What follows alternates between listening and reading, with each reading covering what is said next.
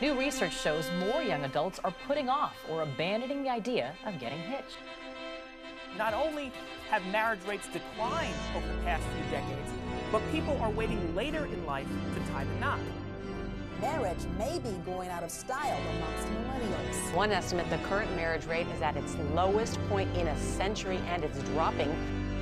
The number of adults over 25 that have never been married has doubled since 1960. Is this a problem, or is marriage obsolete?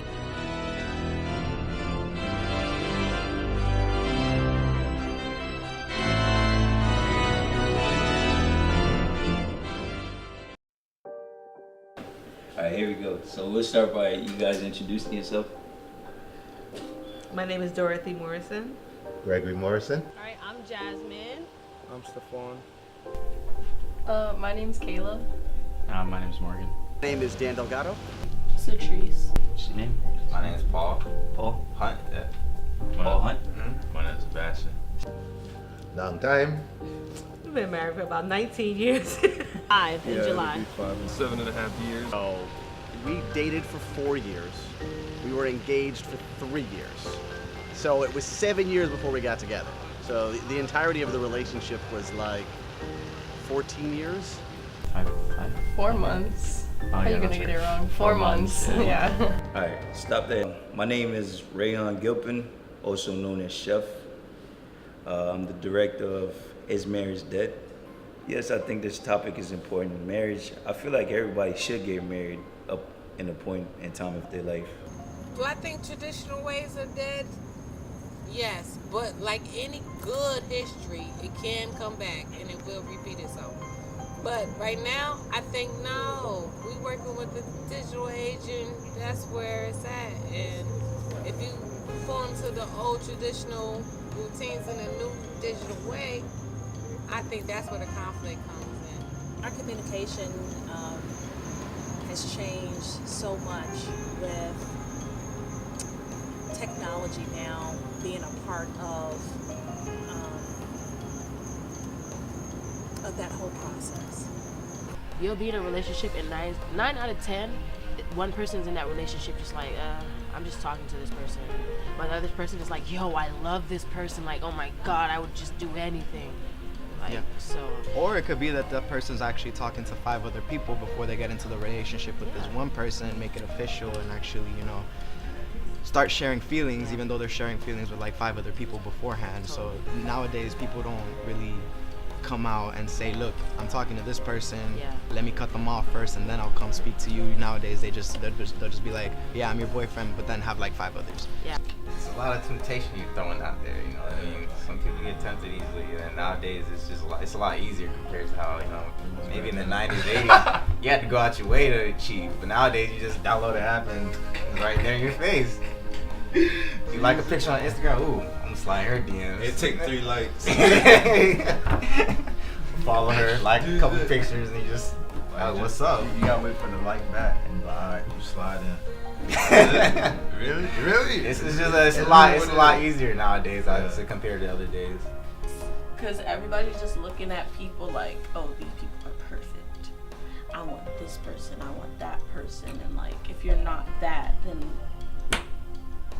they like, it's just crazy. Like, you gotta have money now. You gotta have a car now. Like, if you don't have a car, they're gonna find somebody that does have a car. They're gonna be with that person that got a car. It doesn't matter what type of person you are. And it's just like, what do you mean? Like, I'm working to get my car. Like, you're not gonna be there for the come up. What's the problem? But yeah, stuff like that. It just sucks. I don't think they're actually woke on what's really going on. They're just looking at like what's on social media. Well, with more divorces that there are nowadays, there's a lot of more prenups being signed as well because people don't want all the property getting taken away. Because mostly nowadays people know that they're going to get a divorce because it doesn't actually last like how it did back in the day.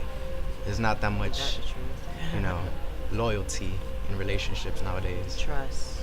I think so, because I have people that they don't like the marriage idea because everybody's getting divorced and they feel like, oh, what's the point of getting married and you're just going to divorce the person? Just because the divorce is getting high in the country doesn't mean it's going to happen to us. It all depends on who we choose to marry. Yeah. So how did you guys meet? She was checking me out in college. And I would say he was checking me out in college. It was back and forth. It was on and off at first. Just me being a young male, you know, that's pretty much. And then, you know, just got more sober-minded in you know, what I want, and just went after it. So just it took a while, but you know, figured it out you know, after, and then she said yes, of course. So it's been fun. It's been a good ride. A lot of things went wrong. It's never just one thing that goes wrong. It's a lot of things. I will tell you the main thing that went wrong was that she wanted things that I didn't want. Basically, she wanted to have kids, and I didn't want to have kids. But when we first got together, neither of us wanted to have kids. So for her, that changed somewhere along the way. You love kids, get married. And guess what? That bond with kids, it's real. It's real. Yeah. You know? Because kids here and kids there, no good. When you're married, they see it. And they, you know, it's an example for them too. Because it creates, you know, like that consistent, you know? Yeah, I think in the beginning when the baby's, you know, small, you know, lack of sleep, lack of, you know, the schedule's off and you're not spending as much time with each other. But then like as, you know, as she got older, I feel like it kind of helped us, and we kind of grew much more together than we did apart in the beginning when she was first born. So at first, neither of us wanted to have kids because I'm gonna probably put it like I enjoy myself. I don't want to have to run around after kids. I already have one child, so we should point this out. I have one child, and that's enough. That was plenty. I had a child before I met her, and don't get me wrong, because I love my daughter. She's a wonderful human being, but I don't need more of her. One was enough. So when I met my ex-wife, she kind of had this exact same attitude of, I never want to have kids. And then, you know, she hit her 30s, and all of a sudden that completely changed in her mind.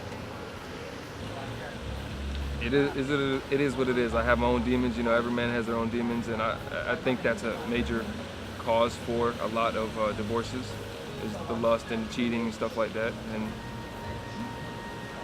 you just gotta know what you want. You know, you gotta fight for it. So I know what I didn't have, and I know what I want. And yeah, it's not easy. You know, I'm tempted every day. I sin every day. So I'm not perfect. So you know, just got to do my best to keep everything together, you know? Nothing's easy in life, and if it is, it's not right, in my opinion. That's my little motto, and yeah, it's worth fighting for, you know? So. And what advice would you give, like, the millennials and the Gen Z about marriage? Talk, be willing to compromise, like you said, you know? Literally talk about everything. What do you want? What's your goals as a couple? What do you want for your future, you know? Just be aware of what's going on too. You know, have goals for everything, every aspect of life.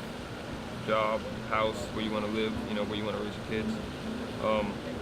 And don't be about yourself. It's easy to be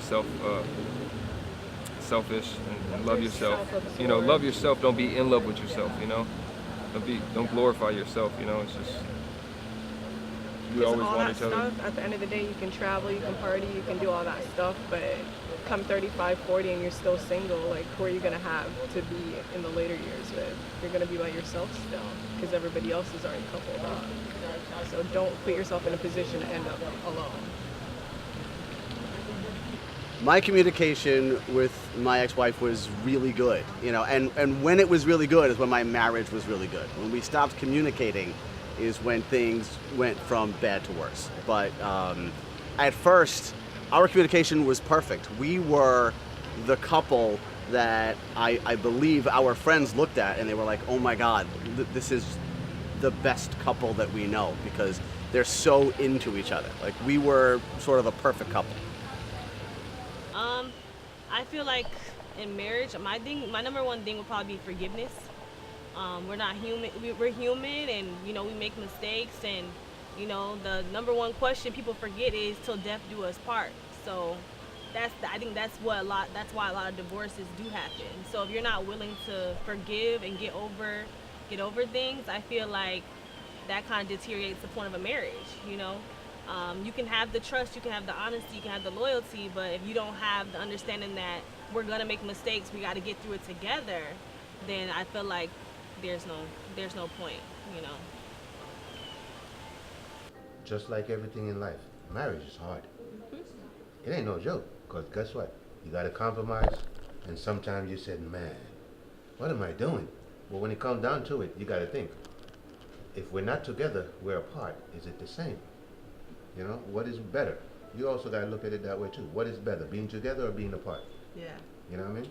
There's plenty of times we could have actually walked away, but it didn't make any sense. You come so far to go back to what? To what? Starting all over to start again. all over again when you really know you're just being stubborn or selfish, and it's about communication and compromising. No, it's still alive. It might not be as strong as it once was, but it's still alive. And hopefully, God willing, we'll have a strong marriage and be examples to our friends and family and other people to see that it's possible. So. I don't think it's an outdated institution. It still exists. It's still going to exist. I don't think it's going anywhere.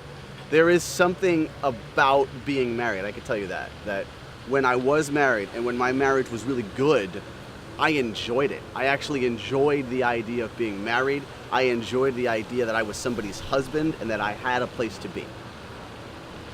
Some people, for marriage, it's like a in thing, and some people it's not. It's a togethership. You know what I mean? You want to share.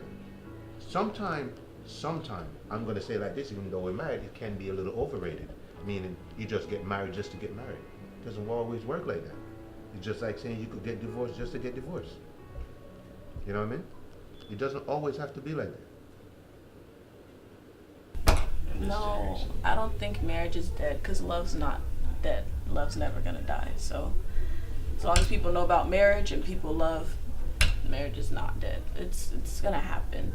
It's gonna happen because everybody loves, So I at least have hope in that.